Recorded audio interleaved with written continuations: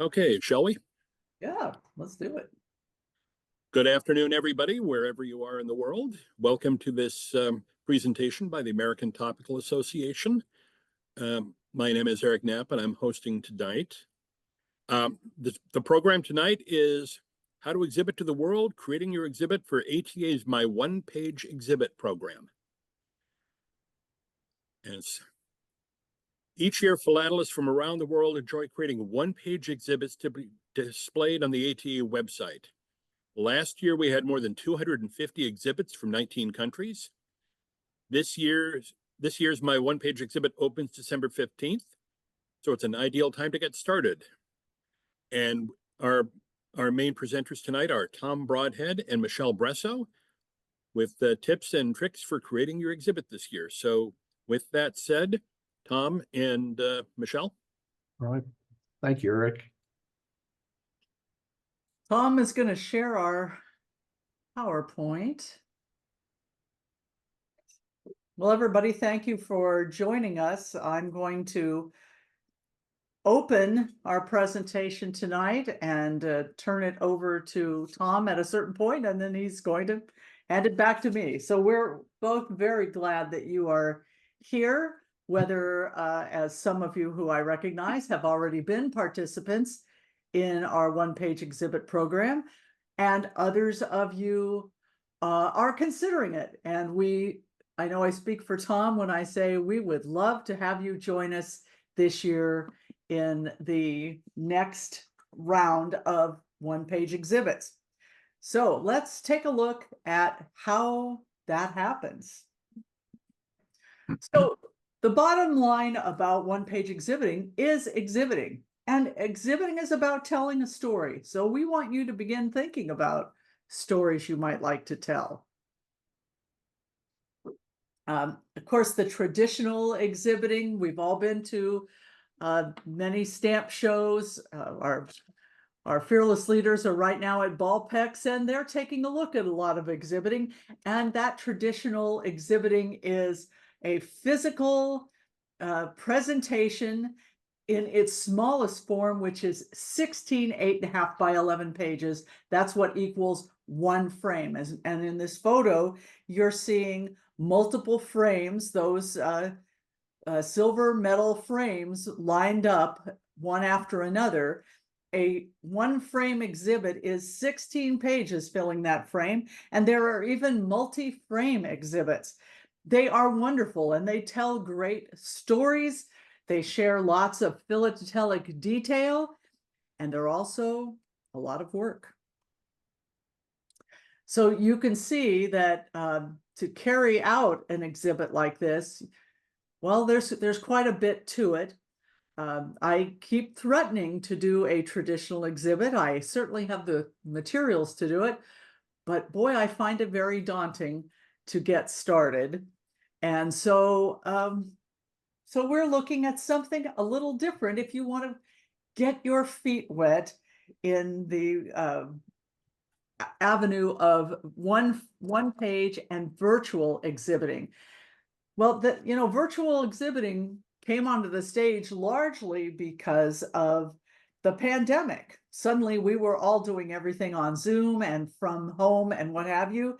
And as you can see from some of these examples, in 2020, all of GAS's exhibits were virtual, and ATA jumped on the bandwagon of this expanded format as a way not only to continue to share our philately, but to engage people not just nearby, but everywhere. Because of course, once we went virtual, didn't matter what country you were in, you were right there nearby. And so we have discovered that the virtual exhibit format makes our program accessible all around the world. And we're very excited about that. So as you can see from these most recent stats, we're entering our 5th year for the one-page exhibit program. And in the first 4 years, we've had nearly 850 exhibits with more than 400 exhibitors from all over the world in 29 nations. So we are pretty excited about the reach of this program and the potential reach. You see the dots representing countries who have had exhibitors submit to us. We need more dots on this map. So we're going to be talking about some of the strategies for exhibiting. And frankly, we want to share emotion. We want to amaze our viewers and maybe startle them a little. We want to surprise them with facts and interesting detail that they may not have known about our topics or subject matter. So in creating these virtual exhibits, and you see an example here from one of our guests today, Fran Adams is the author of this particular exhibit in the portrait format, taller than it is wide. You have a couple of options. If you love getting your hands on the philatelic material, laying them out and so on, you can still do a physical exhibit to participate in our one-page exhibit program, and then just scan that whole exhibit as a PDF to upload it. Or, as I happen to do, you can scan each individual item that you're going to use in the exhibit and assemble your one page digitally on a computer program of your choice, save it as a PDF, and upload that file. So here's another example. This is in the landscape format. We offer a couple of options, 8.5 by 11, either portrait or landscape, or 11 by 17. That's 2 regular pages of, let's say, copy paper that give you a little more space. And you can see the advantage here of a larger format where bigger pieces that you might want to display have plenty of room on the page. So be thinking about what you own or love to talk about in your philatelic collections, because there's a way to exhibit it in our program. Oh, So Okay. Tom is going to take us from here to talk about how we go through this process step by step. So be thinking about questions you might have. I'm sure Eric is watching our chat, so in case you have questions there, and we will have time toward the end to answer any of your questions. Tom, take it away. Thanks, Michelle. Well, we're going to go through a step-by-step guide of, and there are many variants on some of these, but it's a lot less complicated than Escher's print of stairways. Step 1, what is the story that you are wanting to share? And for a lot of us, we have interesting things in our collection that we could never develop into, a larger, physical exhibit or even a larger virtual exhibit.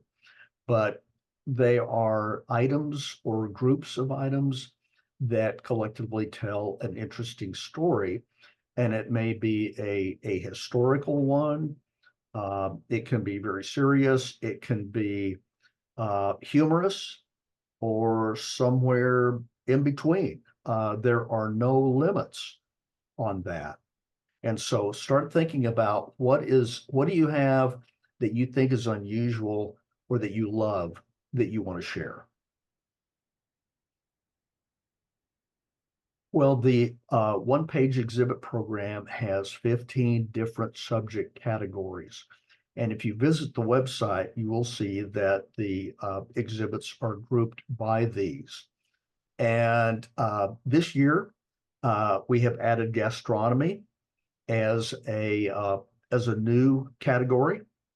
If we had had that last year, I could have uploaded my tequila exhibit under gastronomy instead of under plants. So think about where and maybe these categories might help to guide you to thinking about how you want to frame the material that you want to share. Next step, select your items. And you may have done that first. But the one-page requirements, it must contain at least one philatelic item. And these are the typical philatelic items that we see in one-page exhibits. Some range, it can be all stamps, it can be all covers, it could be all of one of these or a mixture of all of them, whatever you believe tells your story. And you can also add some non-philatelic items. If you have some ephemera that you think would be helpful in part of your collection, helpful in telling the story, then don't hesitate. Trade cards, poster stamps, photographs, lots of possibilities there. Okay.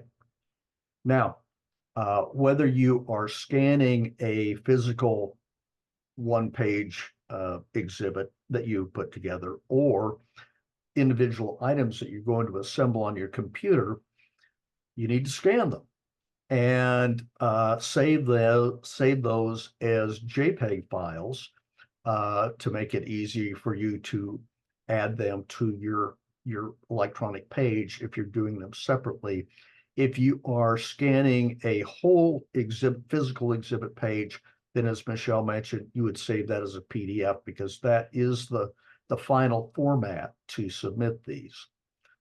We recommend a minimum 200 dots per inch resolution. You don't want your images to show up fuzzy. And the next thing is, what's the computer program that you want to use? These are three that we know that people use. I use Microsoft Word, which is, I feel is kind of a caveman program for this because I haven't advanced to Publisher or PageMaker. But whichever one you feel comfortable using, and then select your page size and format. And as Michelle mentioned, you can have portrait format if it is letter size or A4 European size, or you can also have landscape format of a page that size, or is the example that she showed, a tabloid, which is approximately the same as an A3 page size. So anything, so long as, and let me emphasize this, one page. And that might sound odd for me to emphasize that, but more about that later. Then create your page. This is one that I created last year. That's for the 2024 one-page exhibit program. You have to have a title, and your name must be on it. And optionally, you can include your email. There has to be somewhere, it doesn't have to be at the very top, but an explanatory text that connects the title to the material that you're showing. These were all JPEG files that I added with text wrapping in Microsoft Word. And then the captions below each one, I created using text boxes in Microsoft Word. So each program has different approaches to do this, but essentially these would be some of the things that you would need to consider, and also the size. One philatelic item is supposed to, at least one is supposed to be full size, but others can be enlarged or reduced depending on your space available and what you want to emphasize.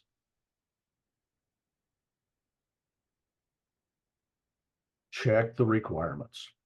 They're on this web page on the ATA website are long lists of requirements and then optional things that we think are desirable. First of all, submission is open to anybody. As in traditional exhibiting, the materials should be the property of the exhibitor. And in this, the exhibitor gives ATA the right to share their exhibit, i.e. on the website. Each exhibit must be accompanied by an online form that each exhibitor completes.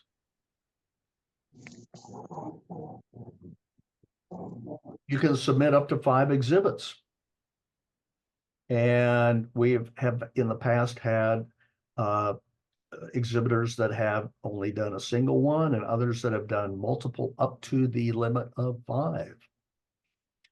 If you have exhibited previously and you want to show it again, then you must have substantially modified the new exhibit, which may be under the same title as your previous submission. And of course, as you mentioned, exhibits must be submitted in PDF format. Tom, And- could I yes. jump in and just add one thing to this, and that is that we also welcome people who want to submit with a partner. I've done this in multiple years where I've gotten together with another philatelist and we have co-created an exhibit and submitted it with both our names on it. And Yeah. that's a fun way to share a topic with someone who collects the same thing that you do, or promotes a particular stamp club. We've done that with our exhibits. So you can be very creative here. Yeah. And, unlike a physical exhibit at a show, which again, the only people that see that are the people that go to the show. You can co-author, as Michelle mentioned. We have had organizations that have sponsored exhibits, so there really is no limit there. Tom? Yes. There is one question related to your one-page example from a couple of slides ago. Meg Donnelly is asking if you would explain text wrapping. So maybe add that to the. Okay. I will a moment. Well, actually, I can go ahead and do that now. So Thank you. in Microsoft Word, there is a function where you are adding an image into a Word document, and the image would be a JPEG. Typically, when you put that in, it will take up the whole horizontal width of the page, unless you do something called wrap text. And if you look at the formatting, image formatting, there are different ways of wrapping text around a JPEG image. And if you do the square format, then that will embed as in the example that I showed, the text then will wrap around, above, to the side, below the image. And then you can tweak the image if you want the wrapping to look a certain way. So it's a matter of having your Microsoft Word document, having your JPEG image, and using under image edit on Microsoft Word text wrapping. And you can play around with that until you come up with something that you think looks the way you would like it to. Okay. Thank you, Tom. Yep, thank you. And a few other odds and ends. The title must appear at the top of the page, and the exhibitor's name must appear near the title. As I mentioned earlier, it must include at least one philatelic item. And then there must be a brief narrative, which could be a sentence or it could be a paragraph, that relates the content, the things shown, to the title and concept of the exhibit. Once you have done that, and your publisher or Word or I forget the third one, are the way you want it, then convert it, save it as a PDF. Then on the ATA webpage, the submission form will ask you some information about yourself, because we do collect information in a spreadsheet that we can communicate with you, especially at the end of the, or after the exhibits are published. Then once you have completed that form, then there will be an upload link, and you simply add your exhibit file to that and submit it. One thing that I mentioned a little while ago about one page, it is one page, and yet this last year, I know we had about maybe 3 exhibits that were several pages. And that's kind of disappointing. We contacted the exhibitors and said, hey, you know, it has to only be one page. Never heard anything back from them. So that may seem unnecessary to emphasize that, but that's what we're doing. Just like a 10-frame exhibit, you're telling a story in 10 frames, or in this case, you're telling a story in one page. Okay, Michelle. So we wanted to, as we close, we wanted to give you some examples, additional examples that might inspire you. Again, I highly encourage you to go to the ATA website and look at the gallery. You will see so many different options. And I also want to call to your attention the fact that you're going to see some very carefully worded, beautifully illustrated pieces from people who have a great deal of experience putting this together. And you're going to see some very raw, fledgling examples from first-time folks. We don't have a, there's no, if you follow all the rules and put in all the required items, you're accepted. We don't have a standard and you didn't make it. The goal of this is for everyone to get a chance to share, to explore experimenting, and to be enlightened by new material that we see. So we encourage everyone at every experience level to give it a try. You see a couple here of examples on the left, this very interesting exploration of luxury tax on stereo views paid with revenue stamps. I didn't even know that was a thing. I love this because I learn by reading these different exhibits. So you can see revenue stamps in the bottom, but here's a great use of materials beyond the philatelic, where we see an example of a stereoscope. In case I might not know what it is, I not only see a stereoscopic image on the left, but I see how it's used in the stereoscope on the right, so that I am learning about that piece of equipment and then hear the story of how these revenue stamps paid for the tax on such a thing. On the right-hand side, here is an interesting national park, and we see different stamps that tell a story. Recognize that not only are we identifying the park, but the flora and fauna that is part of the park, and that can be all a part of the story. Remember, you're telling the story from the point of view that you prefer. This could have been a look at the park and the region that it was in and who first named it, or all of those things.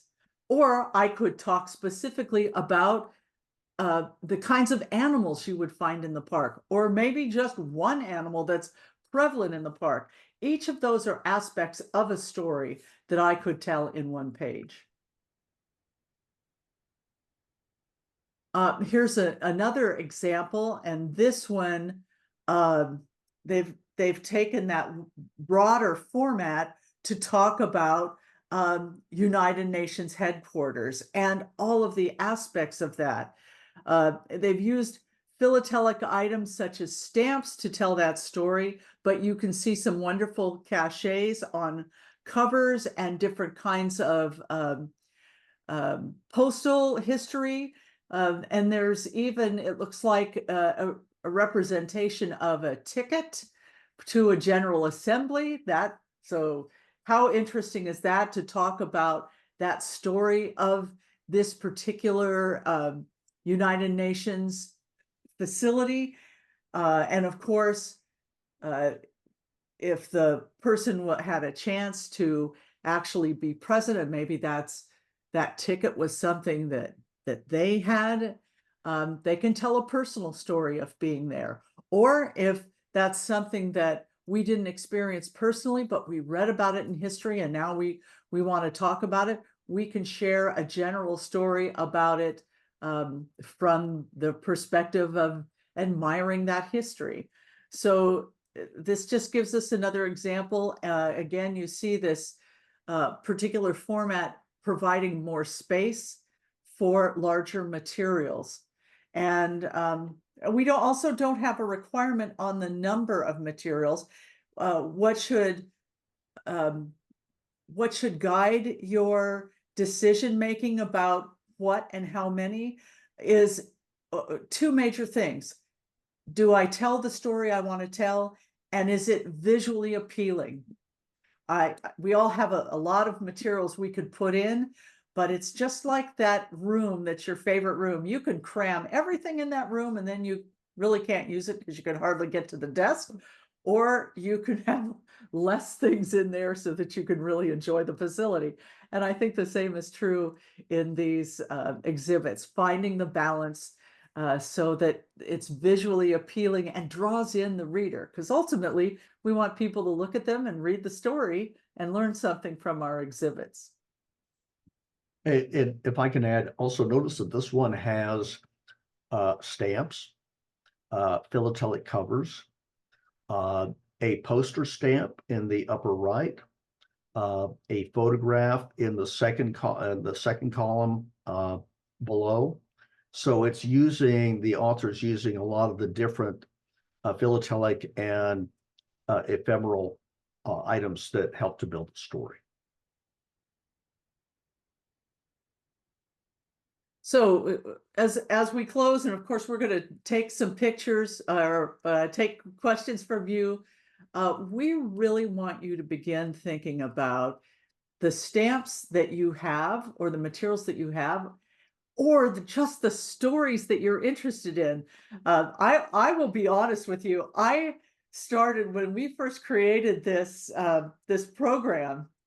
I sat down and made a list of all the stories I wanted to tell, and there are like 75 topics on this list, some of which are represented by stamps I already own, and some I have collected just enough material to tell that story in a virtual exhibit. And every year I do that. One or two of my exhibits have really nothing to do with my personal collections, but I love the story and I want to know more. And so I start reading, and pretty soon I pick up some interesting stamps or covers, or I love poster stamps as well. So it gives me a chance to create this mini collection that I can just enough to do a one-page exhibit, and then I'm done. And I really like that aspect. So every year I do some of that.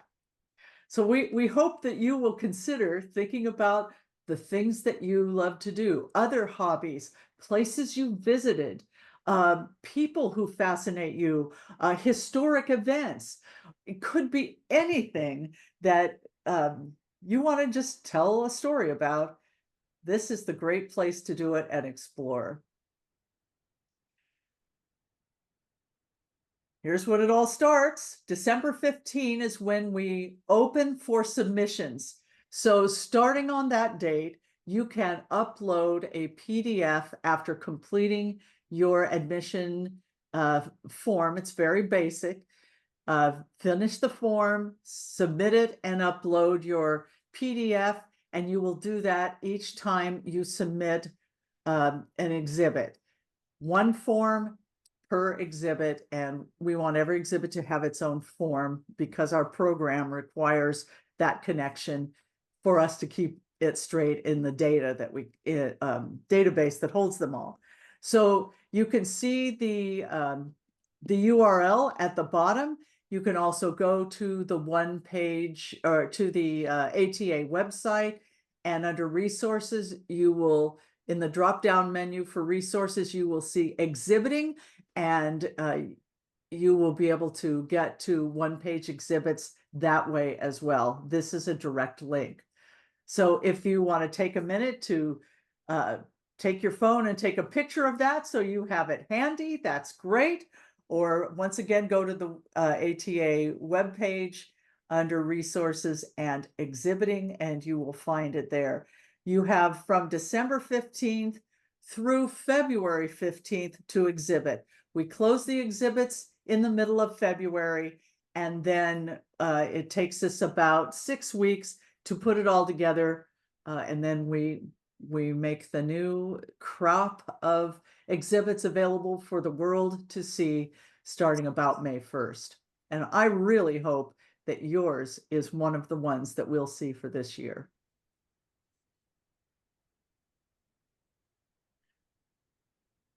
Thank you, Tom and Michelle. You're welcome.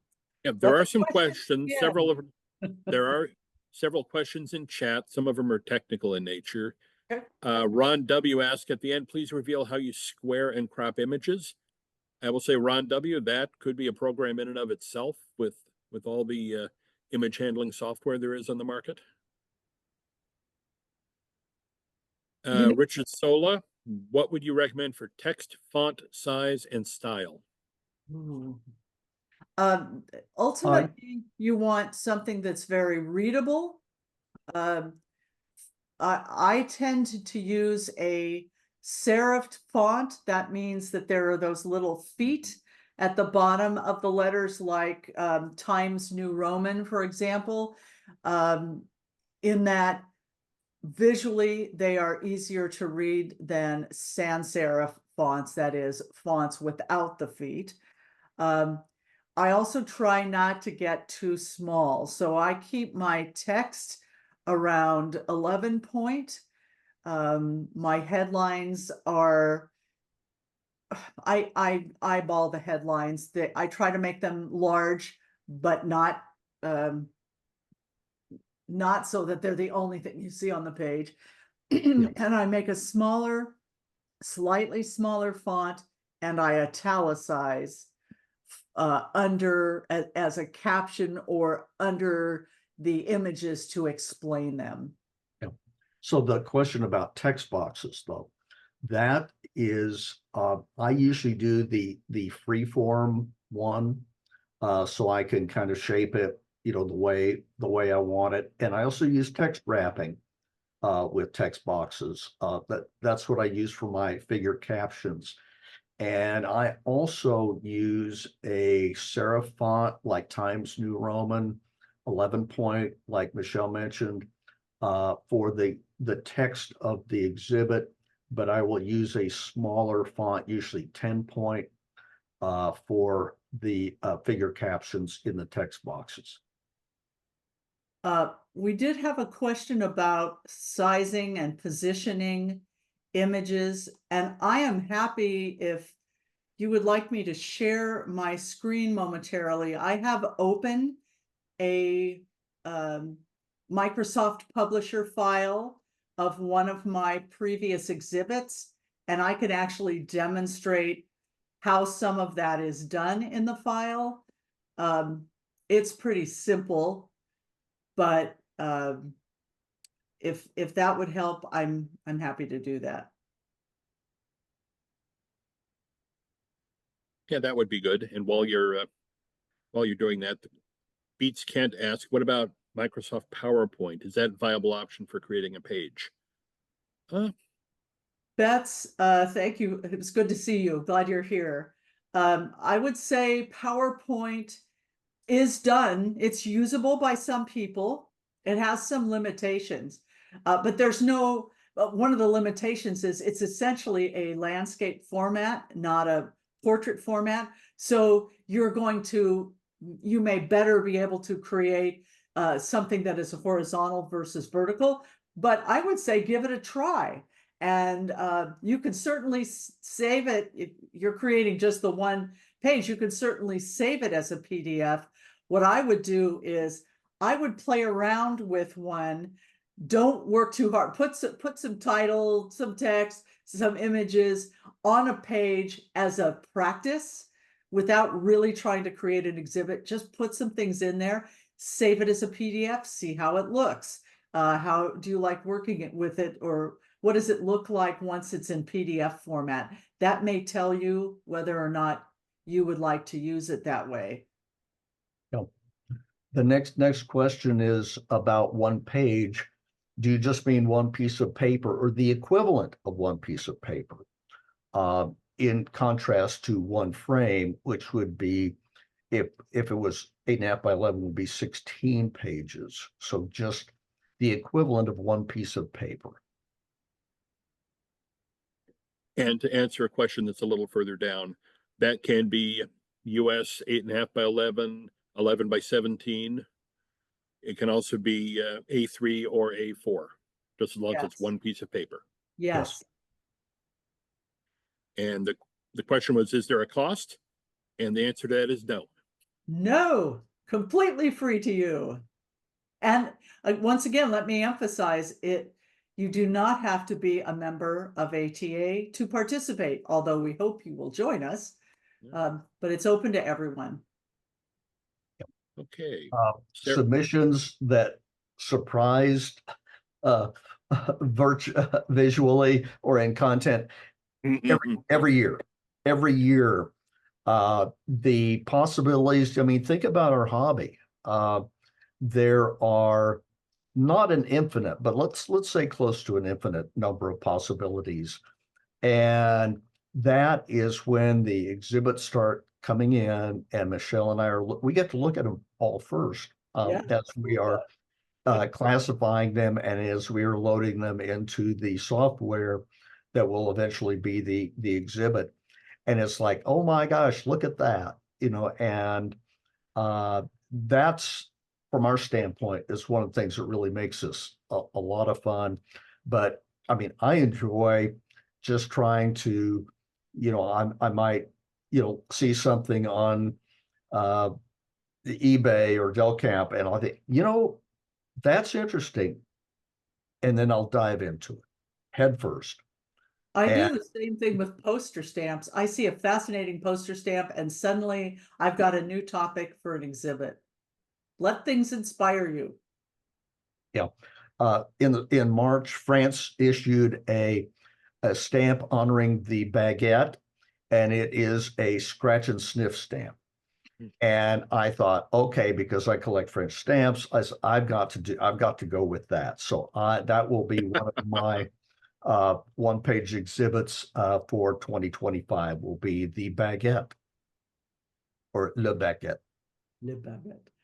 And since we have this new gastronomy category, I challenged our friend Fran to come up with something for the category, and he threw down the gauntlet, and now we've got to both do one. So we will each be coming up with some food-based topic for this category, which I think will be really fun. Good. All right, let me share my screen. I'm going to show you an exhibit that I did, I think it was last year. What you're seeing here is my Palace of Fine Arts exhibit, and this is not the PDF, this is the raw file that I created in Microsoft Publisher, which is my preferred format. And I like that. I'm going to click on these things because you can see there is a text box that I used to create each of these things. I tend to place the text boxes separately because that gives me more control over spacing and positioning. The images are dropped in and then I can place them wherever I want. when I drag and drop, I can just move that any place I want. And when I decide, gee, I liked it better where it was, Control Z puts it right back as if I hadn't touched it. You will notice, let me make this a little bigger. You will see I'm using a serif font. This font happens to be Georgia Pro condensed because I liked the look of it. I liked the wider width of the individual characters. You notice that the O's are practically circles, not quite, but they're broad ovals. I felt that was more appealing and attractive. Try out different fonts, see what you like, what works for you. There's no requirement for a particular font. So this is a chance to explore. My caption fonts underneath it's the same font in the light version and then italicized. So we had a question about sizing and cropping. There's a function, I've clicked on this image here of the Palace of Fine Arts. This was actually a real picture postcard from 1915 during the Pan Pacific event that for which the palace in San Francisco was created, was built. And so I have by right clicking, I get options. And one of them with this box right here is crop. So cropping means I am removing part of the image. I'm not resizing the image. The size does not change. But if I select crop, it adds these bars and I can literally eliminate some of that image. If I decide I only want to show this much, for example, I could leave it there and let go but the original image is still there. It wouldn't be seen once I click off of it. You don't see it, but it still exists. Again, I'm going to hit Control Z, which is undo, to bring that back. But cropping literally removes some of the image. Resizing, again, I'm going to make this image here with the cancel active so that you can see those little dots around it indicate that this image is now active. If I want to resize, I literally can just move in, pull one of those little handles, and I am now resizing this image. I am not cropping it. I am making it smaller by doing that. And this is one of the reasons I like working in Publisher. Very simple to carry these things out. And here was something I especially enjoyed adding to this. This was an error stamp, a misperf of this particular series from it was the Scott 1923 through 31, and the 1930 is the Palace of Fine Arts stamp. So I wanted to include the whole thing because the misperf was kind of an interesting variety that would allow me to share that. So you can see that having working in a format, find a format that works for you and explore, just experiment. Don't start with an exhibit, just put some images on a page, put some text on a page and start playing with it. Create something, create a birthday message or whatever. Let me show an example in Word.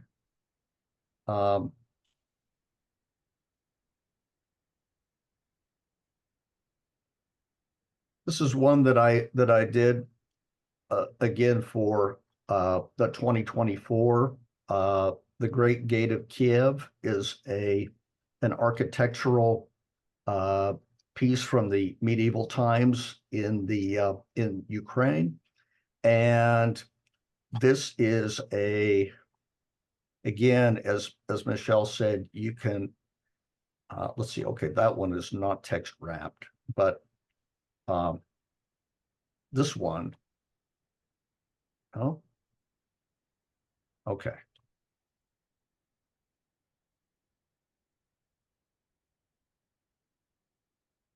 Trying to find something that is text wrapped. I guess maybe I didn't have anything text wrapped in this. But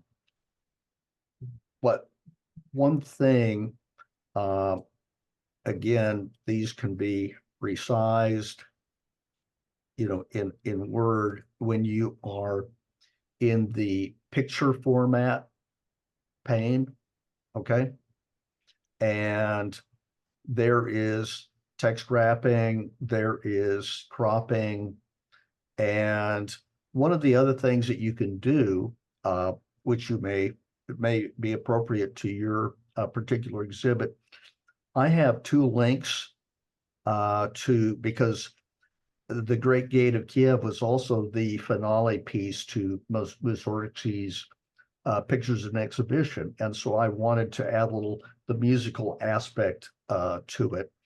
And it was originally composed as a piano piece, and I found on YouTube a wonderful piano performance, and then it was later orchestrated by Maurice Ravel, and I found an orchestration example. And so remember, because these are PDFs that you will be able to see on the exhibit gallery, and you will be able to click on those links and be taken to whatever it is that the exhibit author wants you to enjoy, in addition to what you see on the exhibit.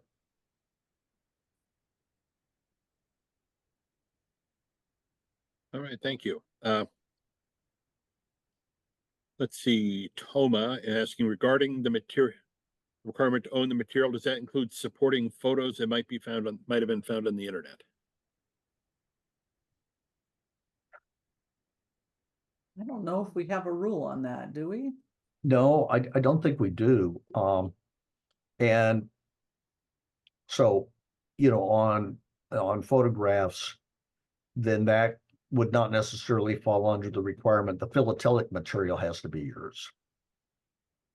But the other thing here that I would emphasize is that pieces that you have, like, for example, the cancellation that Michelle showed on her Panama Pacific exposition, that you can crop the image without cutting up the actual piece or having to window it as you would have to do in a physical exhibit. So there are some wonderful conveniences in managing the size and photographically cropping images in the one-page program. I would recommend, if you are using a photo that you do not own, that you cite the source. Yep. Because it is copyrighted, and it would be plagiarism to use it without citing the source of the photo or whatever it is. Okay, Rick Anderson Decina asks, how do you ensure an item is actual size?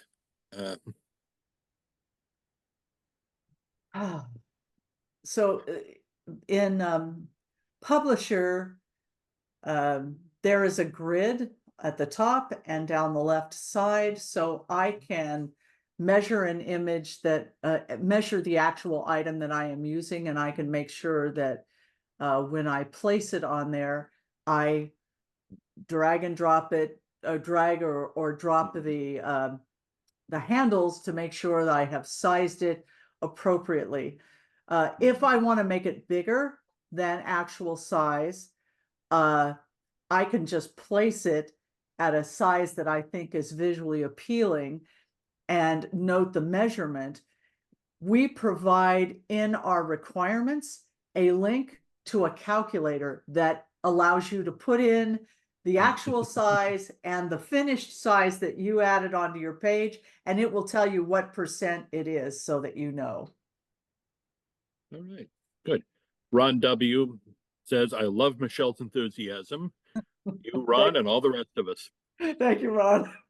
What's not to love about this program? I am telling you, you are going to have it's like Lay's potato chips. You can't just do one. Once you do one, you'll see topics everywhere you go, and you'll be thinking all year long, that'd be a great one-page exhibit. Yeah. Yep. Let's see, Vera Feltz adds that she thinks PowerPoint does work well, both in landscape and portrait mode, so it's a Oh. good possibility. La Thank you, Baguette Vera. sounds like a fun one. So you got a fan on your idea, Tom. Let's see, Susan Colts, any changes in the submission guides for 2024-25 besides the dates? The guidelines still show 2023-2024. So That is correct. to be The request has been put in to have the website updated, the dates, but everything else is correct. okay.